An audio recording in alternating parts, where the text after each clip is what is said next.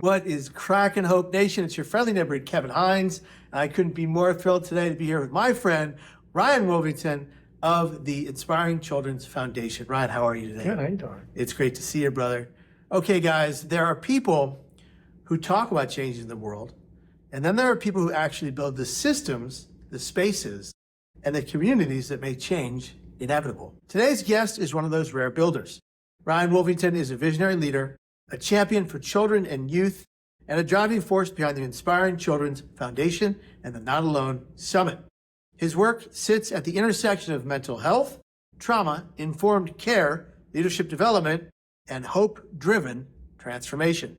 Ryan has dedicated his life to ensuring that children who have faced adversity are not defined by it. Instead, he is helping young people rewrite their stories, reclaim their voices, and discover their worth. Through powerful partnerships, including his work alongside global artist and humanitarian Jewel, Ryan is shaping a new model of youth empowerment that blends emotional resilience, community, creativity, and, of course, purpose. This conversation is not just about programs or organizations. It's about belonging. It's about healing. It's about what happens when young adults decide that no child should ever feel invisible, forgotten, or alone. If you care about brain and mental health, childhood trauma, youth leadership, social impact, resilience, and the future of humanity, this episode will not only move you, it will challenge you, and it will inspire you.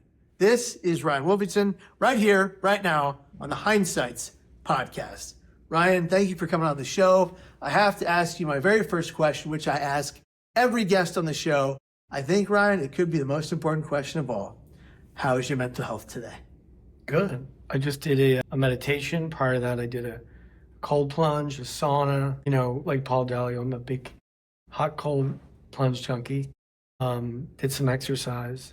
I call them the fundamentals. Like, you have to do your fundamentals. Otherwise, it's not a coincidence if you're not feeling that great, you know? That's very true. How about you? I woke up today. I did my 20 minutes of transcendental meditation, and then I went and hit the gym. And I got a couple of calls done, and now I'm here with you. Yeah, I mean, yesterday would have been a different story because I'm on the East Coast. Yeah. And my sleep patterns were just a mess. And I've just found, I used to say meditation's one of the most important things on the planet. And then as you get older, sleep. Yes. Like if I don't get sleep, I'm a different person. I sleep 8 hours a night most nights, most days. If I don't, once again, same thing, different person. Correct. Yeah, of course. Ryan, let's get right into the topic at hand.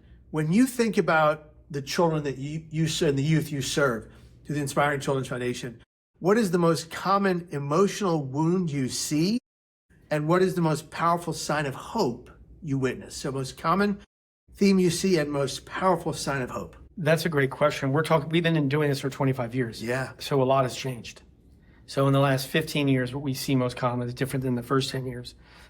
And that's very telling because in the beginning, we might have had 60% of our children have anxiety, 40, 50% with depression, 25, 30% suicidal ideation. Now, our last graduating class, we did a 5-year analysis. Over 50% had either attempted suicide or had serious self-harm. Nearly 100% had significant anxiety. And about 85% had depression. So, the question is, well, what has happened in the last 15 years that didn't happen in the first 10 years? Well, clearly social media, video games, pornography, just all these stimulants that are creating what I call generation addiction, generation distraction. It's just a constant distraction away from the very thing that creates peace of mind, which is being present. So if peace of mind is having a calm mind and a focused mind on one thing at a time, imagine what this world of distraction does to a young mind, where they're constantly distracted and not given the tools to deal with it. So I would say addiction, but not the addiction of my generation, which is cigarettes and sex and alcohol and drugs. And, it's more addiction to distraction. Social media, iPhone, staying up all night playing video games, then it creeps into sleep deprivation. Those are probably some of the biggest issues that we see, and that results in anxiety and then depression, and then the lack of being able to heal that depression turns into suicidal ideation. That's the niche we have.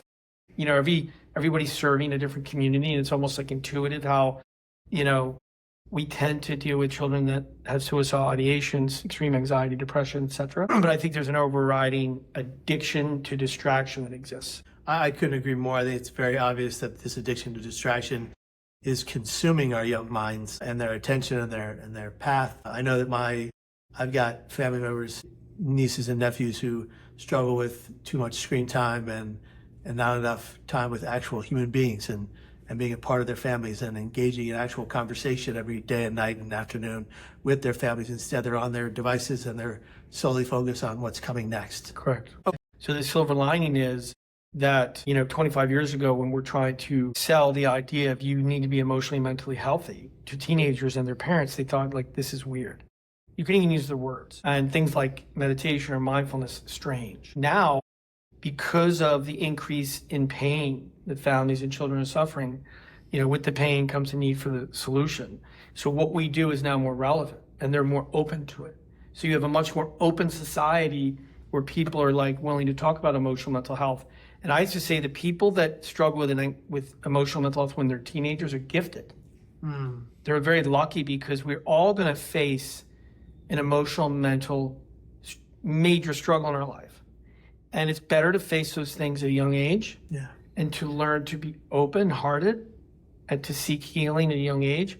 We don't want to wait till we're 40 or 50 or divorced or we hit rock bottom. Why do we wait in our society for somebody to hit rock bottom and become an addict before we give them tools to master their life? And in my generation, that's what we did. My buddy would go to rehab and I'd be like, dude, what'd you learn? Yeah. And tell me. You could feel they bumped up a little bit in wisdom. They had more of a sense of self. I'm like, hey, do I need to go become addicted in order to go get that wisdom? You know what I mean? And that's how we set it up. Yeah. But why are we teaching people the fundamentals of life and how to regulate their emotions, understand their minds, and understand addiction only when they get addicted? It'd be like in the physical health world if we waited till somebody was severely, acutely obese before we taught them nutrition, physical fitness, And nowadays, emotional mental health and emotional mental fitness are cool, finally. Yeah, exactly. I mean, we were the... Yeah, that's right. There we go. How you like me now? Kumo D, shout out to you. I remember Kumo D, absolutely. How you like me? How you like me now? So I like this. This is important because, yes, we have the addictions that are going on in our youth today, but there's also this opportunity to find the path to healing and solution-based focusing. And you guys offer a lot of that because you are teaching entrepreneurial skills, life skills, social wellness, emotional health and wellness to these kids at a very young age where their schools are falling short. Well, it's all like invention is the mother, or necessity is the mother of invention. 25 years ago, now, if you're a kid in Las Vegas, Nevada, or Nevada in most states, and you have the gift of high sensitivity, we tend to attract those people. And I was talking to Paul. I'm like, are you sensitive too? He's like, yeah, I feel everything. That person who I think is a wisdom carrier in our society. They're more sensitive. They're more aware. They can't turn off their awareness as easily as other people. And it can feel like a curse. It can feel like I'm overwhelmed, I'm anxious, I'm depressed, overstimulated, and then use substances to cover it up. But the realization is it's truly a gift. And if you can help them see this is a gift, you just need to learn how to master, and like all gifts, there's a shadow side, there's a dark side. Yeah. How to master that gift so it's good becomes a superpower. Yeah. And that's what we do. But if you go back to when we started, nobody wanted to do mental health. In fact, you couldn't even use the word. So we had to come up with other ways to get them interested. And it just so happens that children, like all people, love to follow their passions. Yeah. Right? I mean, I love tennis. So I learned mental health through tennis. You know what I mean? And some other kid likes art and music, or another kid wants to start a business. Yeah, I'm entrepreneurial, so I can relate to that. Yeah. So our foundation started with the concept of let's find a child's passions and let's find your parents' passions. And let's tap into those passions to get them motivated to want to invest in their emotional mental health. Yeah, why would they want to invest in that when they're not doing something they love or feel like they can achieve and thrive at? That's the one thing I have such a trouble with your traditional schooling today is you have mathematics, history, language, English, and science, basically. And what you don't have is an education on how to be a human being, how to live and be kind and compassionate, loving, caring, empathetic, joyful, and give back to society, because giving is the true receiving, right? Totally. So why are we not teaching our young people in schools how to master these levels of emotion so they can go forth and become these great entrepreneurs and succeed and thrive beyond measure, because they've learned a tool that makes them actually happy. Correct. As opposed to going into the workforce, into a job they loathe and hate and are quiet quitting at. Correct. So we have an alumni, this young woman, her name is Nicole Calhorn. She ended up going to Princeton, overcame her own adversity and did really well. And she's helping build our curriculum out to scale it. And she has a slogan, get the inside right. The outside takes care of itself. So if a kid's interested in music or they're interested in starting their own business, we're like, great. That's how we can find, you start your own business, or let's make some music. But then our argument is, well, if you want to be great at that, you have to get the inside right. You have to master your emotions. I mean, I say, like, I'm an entrepreneur. I've never used calculus. I never use algebra. I rarely even use math other than to do a calculator. I just have ChatGPT. But I'm learning how to manage anxiety, depression, frustration, jealousy, insecurity, healing conflicts with myself, conflicts with my parents, conflicts with friends, with associates, fears about the future. Like that, those are subjects, in my 20s and 30s I dealt with every day. So why aren't we teaching that? And when we started this 25 years ago, like we didn't really set out to revolutionize the way youth are educated and developed, but organically that's what happened. Wow. I think what you're doing is incredible, and you and Jewel, the whole board, everybody involved, ATS, of course, everybody's that's behind your movement. And one of the things when I was at the No Alone Summit with my wife, learning more about what you guys do, that was really special, was the fact that a lot of your alumni now work for the foundation or leadership at the foundation. Can you tell me more about that? So, I mean, that, again, a lot of what we do is very intuitive and organic, but if you're looking for people who are starving to improve, who have faced anxiety, depression, or suicidal ideation, or some type of eating disorder, some type of mental health challenge, and they've gone through that hero's journey, and they've embraced it, and they've loved it, and they've nurtured it, and then they've risen above the healing into the growth phase. We say there's 3 stages. This is the healing, the growing, and then the high performance living. Well, it's very hard to find those people. So, when we put out a job, we say lived experience experts are number 1. Like that's who we want. That's why I have a lot of respect for you. When you're sitting there talking to somebody and say, well, I have bipolar and I've gone through this and I've been suicidal and this is what I've found helped me. That is like completely different than somebody said who I went to school and studied this. Right? So Paul, in my opinion, is one of the top experts in the country. Yeah. And because he's lived it. Yeah. And when you lived it, you experience it in such a deeper way, and you're forced to solve for those challenges. And then when you get to the other side, you have so much wisdom to share. So our alumni became naturally a big part of it, but not just working for us. We've got 30 to 40 alumni in our office almost every week, just stopping in to invest. See, when somebody comes into your life and helps you solve for a major pain and suffering, and then you feel better, I think a seed gets planted in you that you can't help but want to do that for someone else. Like I had people come into my life, so many people, my Aunt Peg, this guy Brian O'Neill, a handful of people came into my life and helped me when I was suffering. And then I became a junkie to help other people. You know what I mean? It's like a positive virus. So I think a lot of our alumni have that. They've gone off into life and they're performing at very high levels, but they got the itch to help other people because they know how good it makes them feel. So they come back a lot. It's scientific.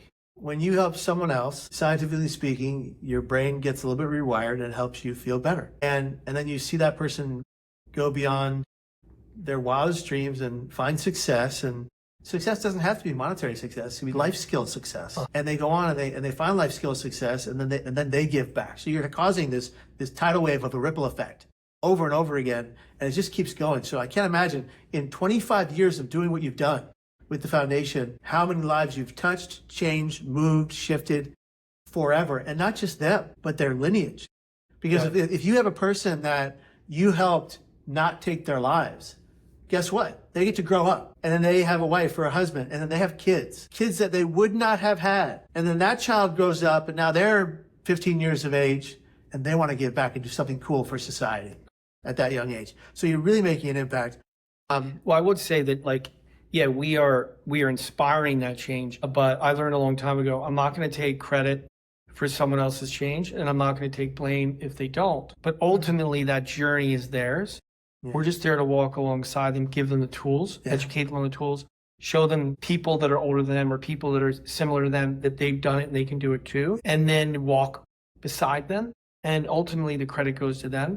But it's interesting you mentioned, like, reversing generational trauma. I mean, I'm Irish, right? I was raised, the majority of people in my family drink. That's just part of our culture. Are you Irish? I'm part Irish, yeah. You look a little Irish. And, I don't drink. And it was funny is, like, we have a big family party every Christmas, and then I have that tradition. Like, you inherit the good traditions of your family, you know what I mean? And our foundation has a big gathering of all of our alumni and all of our youth. And we have zero drinking there. Yeah. Zero. Now, in my family, the Irish tradition, there's a lot of drinking. And it's just interesting how, and you inherit good things and bad things. I inherited the good, which is the gatherings and the getting together and the sharing and so forth. But, we as individuals are supposed to give our children another level of greatness, and pass that wisdom down. And that's what we're trying to do. You talked a couple times about our dear friend, Paul Dalio. And Paul and I had an incredible conversation about living with bipolar 1 disorder, as we both do. And about struggling with psychosis and visions or hallucinations, whatever you want to call them, and the mania followed by the depression and the arc it takes, and he really explained in great detail what brought him to, as he calls it, the same place he's in today. And he's done so much work to get there. But he's obviously a dear friend to both of us. Can you tell me why you picked him to present me with the award at the Not Alone Summit? Because that was a really special moment for me, because Paul's like a brother to me. It meant the world, and I didn't know that was going to happen until I got there. So could you tell me why you decided that? So, I'm a mental health junkie. I'm a human development junkie. Yeah. Like, I live for this stuff. Yeah.